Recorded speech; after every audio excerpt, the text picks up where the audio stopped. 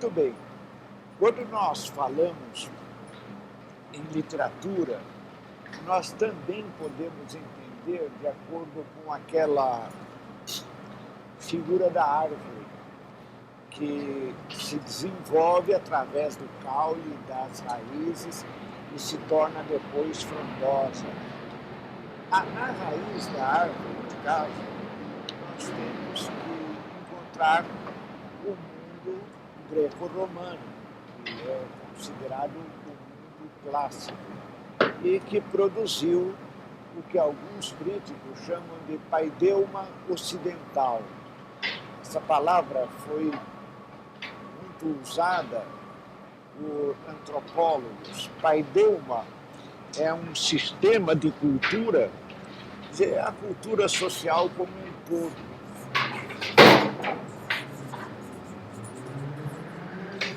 Então, a cultura grega arcaica e clássica também, como um todo, funcionou como raiz para todo o desenvolver-se da arte de linguagem no Ocidente. De certa forma, a cultura romana também, embora bem menos. Então, o que é paideuma? Paideuma quer dizer enciclopédia popularmente conhecida envolvendo folclore, tradições, músicas, canções. Então, o paideuma é o background de conhecimentos ativos e efetivos que uma cultura ou uma sociedade tem. Então, nós podemos falar que na nossa literatura há três grandes paideumas. Existe o paideuma greco-romano, que nasce com Homero.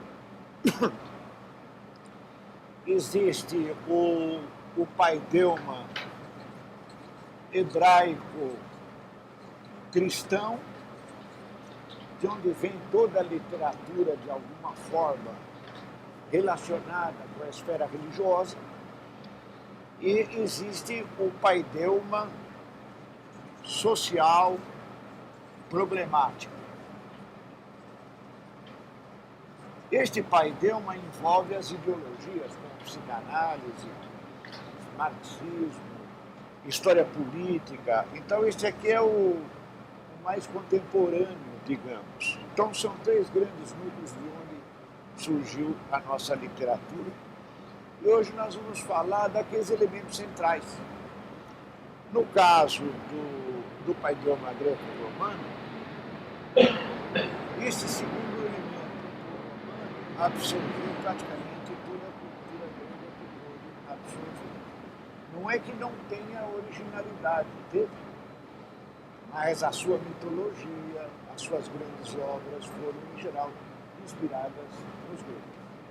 Então, nós vamos falar do grego e o momento em que surge a sua literatura, já corrigindo esta palavra literatura, porque, embora não esteja errada, não nos serve muito no caso da Grécia Antiga, porque na constituição da Ilíada e da Odisseia não houve interferência da escrita, porque era século IX a.C. Os gregos não conheciam a escrita e nem queriam conhecer. Eles se comunicavam muito bem oralmente, já havia um princípio que conduziria para a cidade-estado e para a democracia, onde tudo se resolvia aqui e agora, de maneira que as grandes obras literárias também seguiram esse modelo da tradição oral. Então, Homero, o primeiro poeta do mundo, do Ocidente, é um poeta oral. Mas o que é um poeta oral? Não é um poeta que fale, não é nesse sentido que a palavra oral deve ser entendida. Embora a poesia de Homero era diariamente falada pelo povo grego, não havia nada que os entusiasmasse mais do que um trecho bem declamado da Ilíada. Então havia oralidade no sentido de que algumas pessoas decoravam milhares de versos de Homero.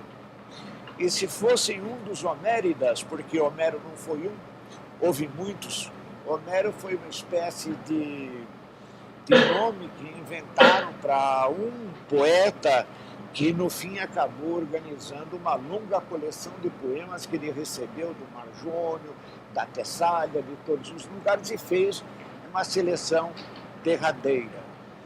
Mas, então, a comunicação dos gregos que aparece na Ilíada e na Odisseia nunca é escrita. Na Ilíada e na Odisseia raramente se fala de alguma coisa escrita. Sempre o mundo oral é aquele que prevalece, o mundo falado, mas não é só nesse sentido de ser falado, porque nós falamos hoje em dia, e a nossa literatura não é oral. Oral quer dizer o seguinte, feita de provérbios. É uma literatura feita de lugares comuns, clichês. Cada poeta organizava os seus clichês para falar de um determinado tema que, se feliz, se realizado com êxito, iria entrar para o poema canônico, a Ilíada ou a Odisseia. Havia muita concorrência entre essas comunidades de poetas. Então, era uma poesia tecnológica, era uma poesia fabril. Não havia fábrica, não havia tecnologia, mas era uma poesia de trabalhar com frases e inclusões de frases, como nessas brincadeiras que as crianças têm e que vão montando um desenho através de pequenos fragmentos de figura, vão montando aquele desenho. Então, no mundo homérico, os poetas sabem muitas frases decoradas, binômicas, chama-se binômicas, ou pode chamar provérbio, anexim, clichê, no caso não importaria muito. O importante é que o grande poeta é aquele que sabe combinar a tradição, o material da tradição, e não aquele que inventa. Não há muito o que inventar na poesia homérica. O que existe é que o bom é combinar de uma forma interessante, agradável, que a plateia aplaudisse por se entusiasmar de imediato com aquilo. Hoje nós não temos uma ideia muito segura do que seja isso, mas na música nordestina, sobretudo dos anos 30, dos anos 40, o martelo agalopado, quer dizer, aquelas canções dos trovadores nordestinos, né? Imita um pouco aquela técnica de Homero, porque esses cantores têm muitas frases decoradas, inclusive com rimas, e esse acervo, imediatamente treinado, produz as belas canções que eles fizeram, que já mereceram até o elogio de escritores como Graciliano Ramos. Então existe essa tradição do cordel que nos lembra mais ou menos a tecnologia de Homero. E outra coisa também é que essa objetividade, essa imparcialidade dos homéricos na consecução do seu poema se traduzia também pela visão de mundo que o poema apresentava. Então, o mundo da Ilíada e o mundo da Odisseia não é um mundo de paixões interiores.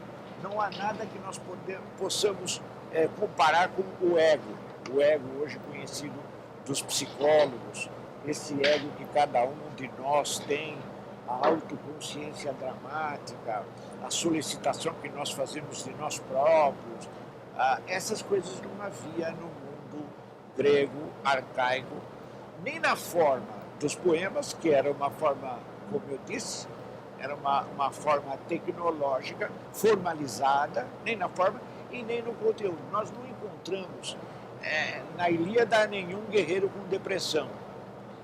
Nós não encontramos ninguém com um problema hamletiano. Nós não encontramos ninguém com um destino de vida absolutamente singular. Não, todo mundo faz o que todo mundo faz. Todo mundo come o que todo mundo come. Havia, naturalmente, diferença de classes sociais que atuam pouco nesses poemas. Agora, não seria monótono um mundo onde todo mundo faz o que todo mundo faz? Não.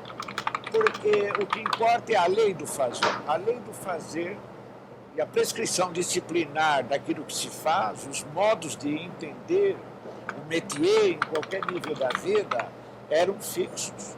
Agora, o que variava era a realização concreta. Na realização concreta, um ia para a guerra, ele era covarde, outro era semi-covarde, outro era gozado, benitercites, da sua especialidade de ser gozado. Então, há estas singularidades que escapam pelas malhas de ferro daquele sistema de fórmulas e de objetivações. Há essa singularidade, mas que nunca chegam a uma visão do mundo que nós possamos chamar de pessoal. Ninguém tem uma visão do mundo pessoal. Mas então qual é a diferença entre o herói e o homem comum? A diferença é extraordinária, porque o homem comum vive na lavoura, ou vive tratando da agropecuária, e não é convidado para participar do poema, é mencionado de vez em quando como para dizer que lá está uma casta de pessoas que não têm a nobreza dos heróis de Homero. E o herói?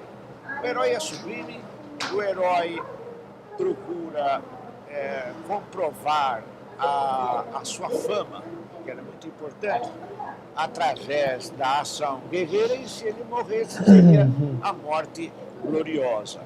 Então o herói é super competente e isto recebia o nome de areté na Grécia. Areté. Areté é aquela qualidade de virtudes que faz com que o herói não se diminua em nenhuma hipótese da vida. Então a questão é da areté. E certamente o herói tinha mais areté que o outro. Então a diferença no mundo grego não é qualitativa, essencialmente qualitativa. É uma diferença de intensidade, de grau maior. Por exemplo, os Jogos Olímpicos começaram mais ou menos quando Homero apareceu. A primeira Olimpíada foi mais ou menos simultâneo ao aparecimento da Ilíada. E as Olimpíadas até hoje o que são? Todo mundo faz a mesma coisa, todo mundo participa dos mesmos jogos, todo mundo obedece às mesmas regras, não é? Mas alguém vai ter uma areté maior, um conjunto de virtudes dinâmicas maior para realizar. Então a diferença está nessa dimensão mais intensa das virtudes que são as virtudes pregadas pela comunidade grega arcaica. Isso não é o mundo clássico, estamos falando da comunidade grega arcaica. Bom, o narrador, o Homero, que foi o maior poeta de todos os tempos, não diz nada. Ele diz o que acontece com os outros. Ele é um narrador em terceira pessoa. Nunca Homero diz assim, e eu pude verificar que o Deus tal. Não existe eu. Para Homero não existe eu. O guerreiro pode falar eu. A personagem pode falar eu, mas o narrador nem fala eu e nem coloca opiniões, nem coloca conceitos pessoais. Aí nós, nos nossos padrões, nós podemos pegar, mas que mediocridade. Não é, é porque o espetáculo da vida é muito superior ao espetáculo de nós mesmos. Nós não somos um show tão importante quanto a própria vida. Em geral, a psicologia e o sistema moderno de vida nos acostumam a acreditar que nós somos maravilhosos. Cada um de nós, sobretudo quando se olha no espelho, ou depois do banho, ou nas promessas que faz, se acha maravilhoso, está certo, nós somos, cada um de nós é maravilhoso. No mundo de Homero não existe essa maravilha. Se você é maravilhoso, você tem que mostrar. Chama-se verum factum. O filósofo Vico chamava de verum factum, usando a expressão latina. Porque se você é, você tem que mostrar, no fato.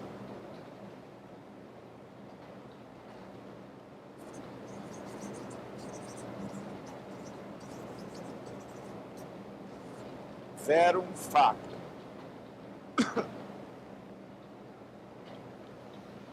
E assim, nós temos aí alguns elementos básicos da epopeia que passam por Camões, vem até o Jorge de Lima, que escreveu também uma epopeia chamada Inversão de Orfeu.